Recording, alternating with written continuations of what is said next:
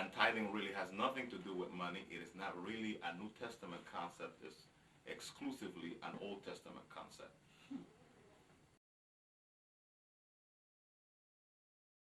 Absolutely. To be honest with you, the concept of tithing was not even introduced to the church until about the 5th century. They talked about it during the 4th century, but they thought that it was apparent completely to the New Testament gospel of Jesus Christ. So it was not introduced into the church until maybe around the 5th, 6th century. And the reason why is because church began to grow. It was big. It began to be big. So they needed a way, church leaders needed a way to fund all of this, especially, and we are talking about the Catholic Church. They needed a way to fund big church. In order to do that, they went back to the Old Testament and they figured, okay, we can use a concept like this one to be able to fund the church. But if you go back to the Old Testament, you will find out, even in the book of Deuteronomy, where tithing is really introduced as a law, you will find out that tithing had nothing to do with money.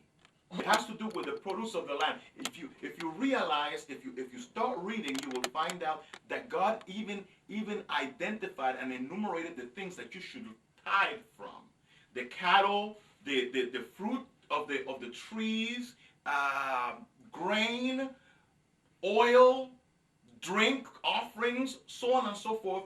These were tithe items. But it wasn't money.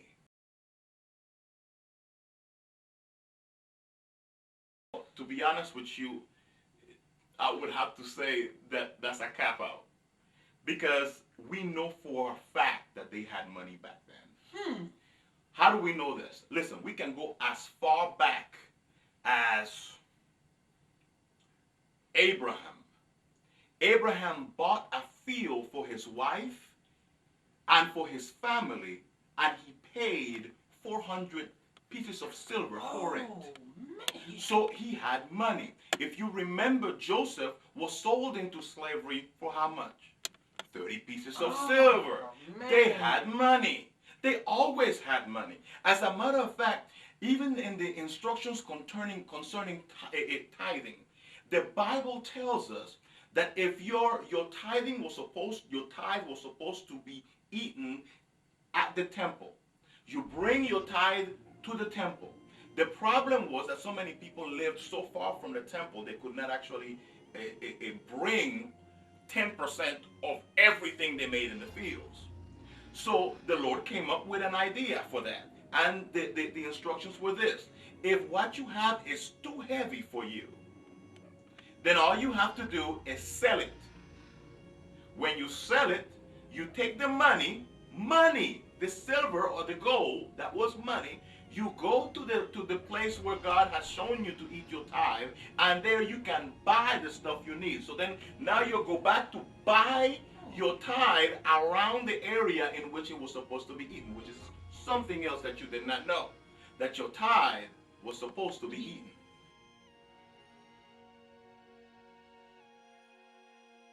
Okay, again, you're absolutely right.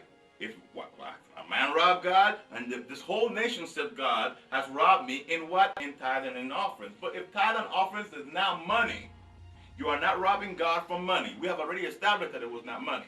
That's one thing. Right. The other thing is this. That is Malachi, I think it's about the 3rd chapter. If you go to the 1st chapter, you need to go to the 1st chapter and find out what brings God to the point of saying something like this.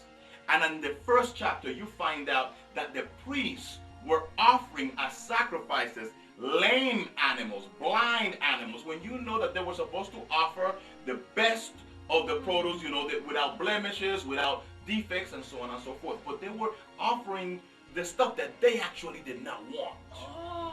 So when God says bring the whole tithe, it's not talking about the entire, but whole as in healthy. Healthy. Absolutely. Oh. We are confusing tithing with giving. There are two different concepts. And the New Testament teaches giving, while the Old Testament teaches tithing. And tithing has to do with law.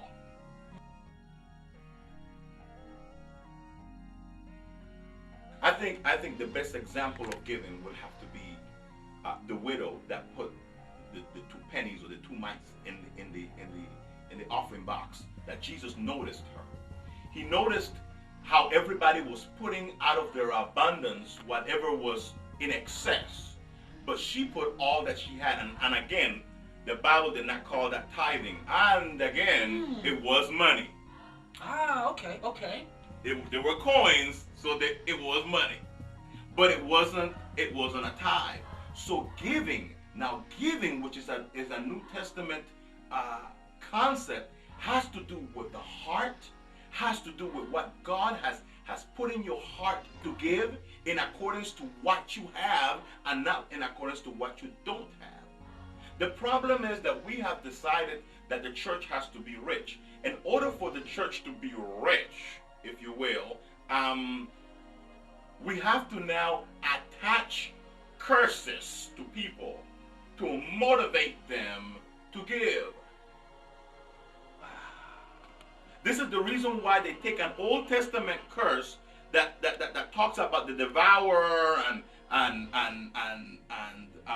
you are cursed with a curse and so on and so forth, but that had to do with tithing, and they're coming and applying it to money because people are not necessarily motivated to give unless there is a stigma attached to it, or there is a possibility that I might be impoverished, or that my health may fail me, or some kind of consequence as a result. Now, whenever you attach giving to those things, then that means that your giving is under compulsion. And it is no longer a heartfelt, spirit-led action. And it does you no good to give under those kind of pretenses. Is there a scripture that would support that kind of logic? There is a scripture that where God says that He loves a cheerful giver, and that whoever gives should not give under compulsion, but as he has proposed in his heart to give. Most of our pastors, and please, I'm not criticizing anybody in particular, but most of our pastors don't trust God enough for that. Do you understand the amount of faith that would be required for you to speak to your congregation and tell them that the law, the Old Testament binding law, is no longer in effect, and that we are living under grace, and so that your giving should be spirit motivated? Man, at the end of the month, there will be a whole lot of nervous pastors wondering if they're going to get paid or if the light bill is going to get paid. But my philosophy is, if this is of God, then your lack of giving cannot destroy it. So if this is of God. Wow. So this requires faith. Absolutely. You see, God is going to sustain His church whether you participate or not. The question is, do you want to be a vehicle by which God supports His church, or do you want to be left out? That's the question.